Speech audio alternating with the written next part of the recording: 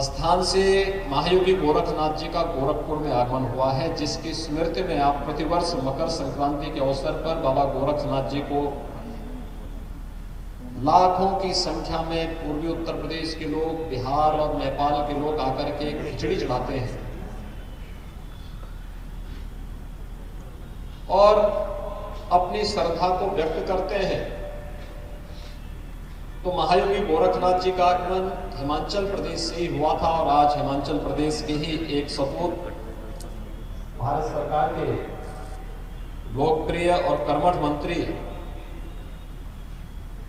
जो प्रधानमंत्री मोदी जी के यशस्वी नेतृत्व में देश के अंदर न केवल सूचना और प्रसारण मंत्रालय के माध्यम से भारतीय परंपरा, भारतीय संस्कृति, भारत की पौराणिक, ऐतिहासिक और सांस्कृतिक विरासत को अक्षुण्य बनाए रखते हुए कार्य कर रहे हैं, बल्कि देश के युवाओं के अंदर एक नई ऊर्जा का संचार करते हुए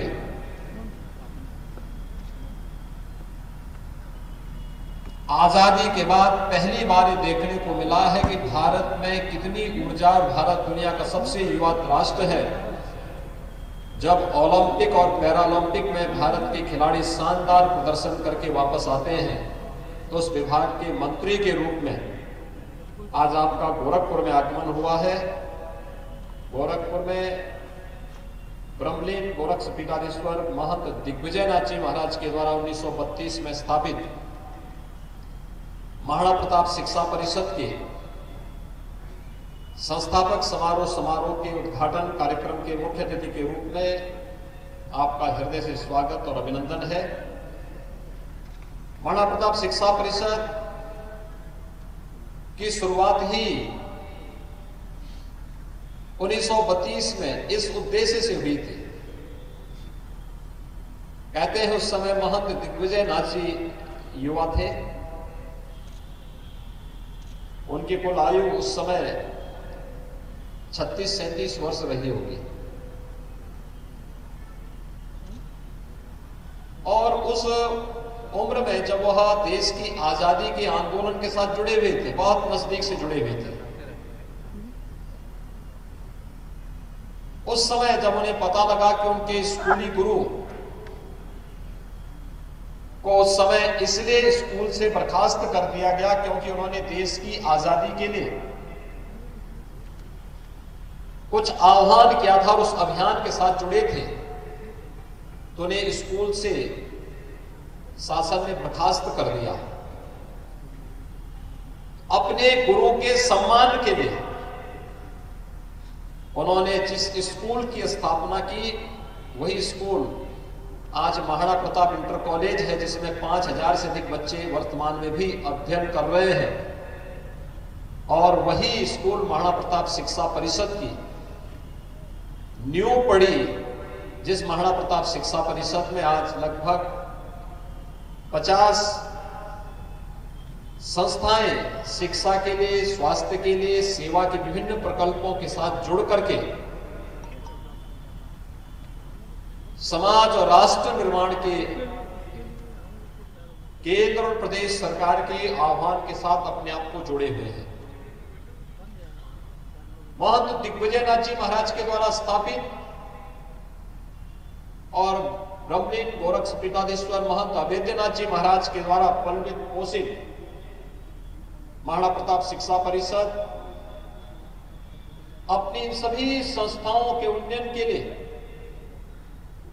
इसमें अध्ययनरत छात्र छात्राओं, यहां पर शिक्षणोत्तर कर्मचारी, यहां के आचार्यगण, प्रधानाचार्य और प्राचार्यगण, ये सभी लोग मिलकर के न केवल अपने कैंपस में बल्कि उसके बाहर भी राष्ट्रीय मूल्यों की शिक्षा, देशभक्ति की शिक्षा, न केवल सैद्धांतिक और व्यावहारिक जीवन में बल्कि एक छात्र के सर्वांगीण विकास में क्या भूमिका होनी चाहिए शिक्षा की, इस भूमिका का निर्वहन करते चले आ रहे हैं। हम सब जानते हैं वर्तमान में पूरी दुनिया विगत 20 माह से एक महामारी का सामना कर रही है, एक कोरोना महामारी। इसने सामाजिक जीवन को और सामान्य जनजीवन को बुरी तरह दुनिया के अंदर प्रभावित किया। लेकिन हम सबका सौभाग्य है कि भारत के अंदर प्रधानमंत्री मोदी जी के यशस्वी नेतृत्व में कोरोना प्रबंधन दुनिया के सामने एक उदाहरण बना है। और कोरोना कालखंड में जब दुनिया अपने को बचा रही थी, तब भारत के अंदर न केवल भारत को बचाने, भारत के एक एक नागरिक की चिंता करने का दायित्व प्रधानमंत्री मोदी जी के नेतृत्व में कुशलतापूर्वक उन कार्यों का निर्वहन किया गया, बल्कि पहली बार भारत के युवाओं के लिए, भारत के छात्रों के लिए, छात्राओं के लिए, उनके सर्वांगीण विकास के लिए और उनके जीवन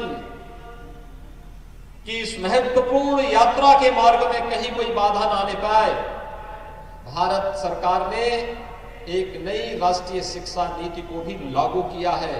जो राष्ट्रीय शिक्षा नीति अगले वर्ष से लागू होने जा रही है, जिसकी अभी से धमक सुनाई दे रही है। एक नए भारत को कैसे निर्माण में हमारी युवाओं की भूमिका हो सकती है, इस भाव के साथ इस कार्यक्रम को आगे बढ़ाना है। और मुझे लगता है कि मैंने स्वयं भी एक वर्ष पहले महाराणा प्रताप शिक्षा परिषद के सभी प्रधानाचार्यों के साथ, प्राचार्यों के साथ बैठ करके इसके बारे में जानकारी ली थी कि आखिर नई शिक्षा नीति के लिए आप लोगों ने क्या कार्य योजना बनाई है। और मैं चाहूंगा अभी से हम लोगों को उस कार्य योजना के साथ जुड़ना होगा। यह वर्ष हमारे लिए बहुत महत्वपूर्ण है।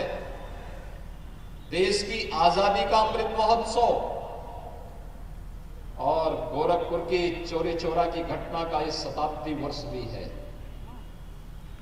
याद करिए, 4 फरवरी 1922 को गोरखपुर के ही चोरी चोरा में ब्रिटिश हुकूमत की चूलों को हिलाने वाली यहां के स्थानीय नागरिकों का वहां संघर्ष, जिसने भारत के इतिहास को पूरी तरह बदलने का कार्य किया था और विदेशी हुकूमत को अंतिम चेतावनी दे डाली थी कि अब बहुत अधिक दिनों तक भारत गुलाम नहीं रह सकता, भारत अपनी आजादी लेकर के ही रहेगा।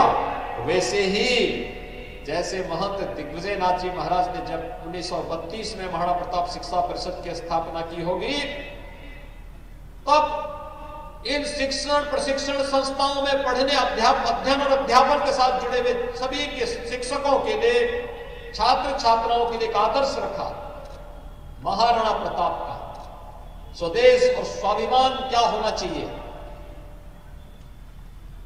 उस स्वदेश के लिए, स्वभक्ति के लिए, देशभक्ति का, शौर्य और पराक्रम का जीवन में क्या महत्व होता है, उन भावों के साथ जोड़ने के लिए, त्याग और बलिदान मातृभूमि के लिए किस रूप में किया जाना चाहिए, महाराणा प्रताप का जो आदर्श आप सबके सामने प्रस्तुत किया, वह प्रस्तुतिकरण उस कालखंड में चोरी चोरा की घटना के दौरान भी प्राप्त होता है, देखने को मिलता है। एक साथ अनेक घटनाओं का साक्षी ये वर्ष हम सबके लिए अत्यंत महत्वपूर्ण है। प्रधानमंत्री मोदी जी एक ही बात कहते हैं, ये अमृत काल है और अमृत काल महत्वपूर्ण होता है। ये व्यक्ति पे निर्भर करता है अमृत काल का फल किस रूप में लेता है। और मैं तो मानता हूं साक्षात फल आपको प्राप्त हो रहा है। कल सायकाल में अनुराग जी से भी, रवि किशन जी से भी, डॉक्टर राधा मोहन जी से भी, डॉक्टर धर्मेंद्र सिंह जी से भी इनसे पूछ रहा था कि भाई कैसे होगा।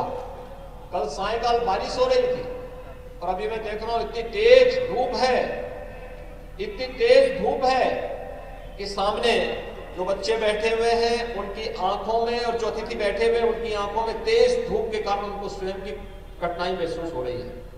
लेकिन संस्थापक सप्ताह समारोह के लिए हम सबको इस प्रकार की चुनौतियों के साथ जूझते हुए अपने आप को आगे बढ़ाना होगा। एक सप्ताह तक ये कार्यक्रम चलेंगे और एक सप्ताह के कार्यक्रम के बाद जो अनेक प्रकार की प्रतियोगिताएं चलेंगी। आपने देखा होगा प्रधानमंत्री मोदी जी के मार्गदर्शन और प्रेरणा से जब भारत की ओलंपिक की टीम टोक्यो गई थी, तो उसको रवाना करने के लिए हमारे खेल मंत्री जो आज यहाँ पर सूचना प्रसारण, खेल और युवा मामलों के मंत्री हैं, उन्होंने इस समय रवाना किया था। तब कहा था कि अब तक का सर्वश्रेष्ठ प्रदर्शन करेंगे। खेल भावना इस स्वस्थ प्रतिस्पर्धा को बढ़ाता है। याद रखना, इस स्वस्थ और सकारात्मक प्रतिस्पर्धा व्यक्ति को आगे बढ़ाती है, उसके जीवन में उन्नयन लाती है। और एक सप्ताह तक विभिन्न प्रकार की प्रतियोगिताएं चलेंगी। इसमें खेल कूद की भी प्रतियोगिताएं चलेंगी, वाद विवाद की प्रतियोगिताएं चलेंगी, विभिन्न प्रकार के लेखन के कार्यक्रम चलेंगे, अन्य अलग अलग प्रकार की जो प्रतियोगिताएं होंगी, उन प्रतियोगिताओं में जो छात्र छात्राएं विजयी होंगी, उन सभी छात्र छात्राओं को फिर 10 तारीख के भव्य समारोह में यहां पर सम्मानित किया जाएगा। आज महाराणा प्रताप शिक्षा परिषद के विभिन्न संस्थाओं में 50,000 बच्चे विभिन्न प्रकार की शिक्षा कर रहे हैं। 5,000 से अधिक शिक्षक, शिक्षणोत्तर कर्मचारी इस संस्था के साथ जुड़ करके न केवल अध्ययन, अध्यापन और सेवा के इस प्रकल्प के साथ जुड़े हुए हैं, बल्कि राष्ट्र निर्माण में भी हमारी भी एक भूमिका होगी। कोई स्वास्थ्य के अभियान के साथ जुड़ा हुआ है, कोई शिक्षा के अभियान के साथ जुड़ा हुआ है, कोई किसी सेवा के प्रकल्प के साथ जुड़ा हुआ है। हर व्यक्ति का अपना योगदान है और यही तो धर्म है। हर व्यक्ति अपने अपने कर्तव्यों का निर्वहन कर ले, यही सबसे बड़ी बात है। और आज जब हम लोग शिक्षा परिषद का यह वर्ष महत्वपूर्ण है, 90 वर्ष होने जा रहे हैं पूरे।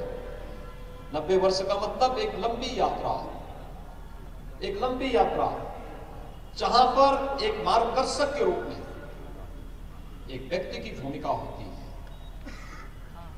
वरिष्ठतम अभिभावक के रूप में समाज, परिवार के बाद समाज की मार्गदर्शक की भूमिका होती है। और ये केवल व्यक्ति के लिए नहीं होता, यह किसी संस्था के लिए उतना ही महत्वपूर्ण होता है। संस्था 90 वर्ष की अपनी यात्रा पूरी कर ले। संस्था एक बार खड़ी कर देना आसान होता है, उस संस्था को जीवंत बना करके चलाते रहना, यही साधना है। और उस साधना पद पर आप सब बढ़ करके कार्य कर रहे हैं, यह अभिनंदनीय है।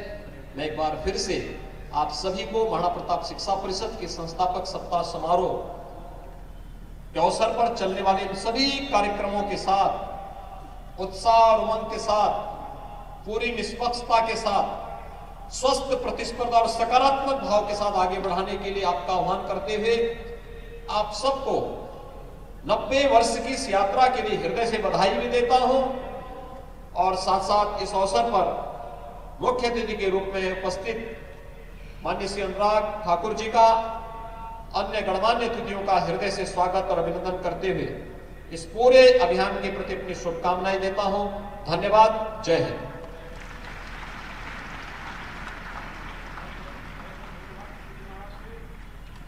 धन्यवाद।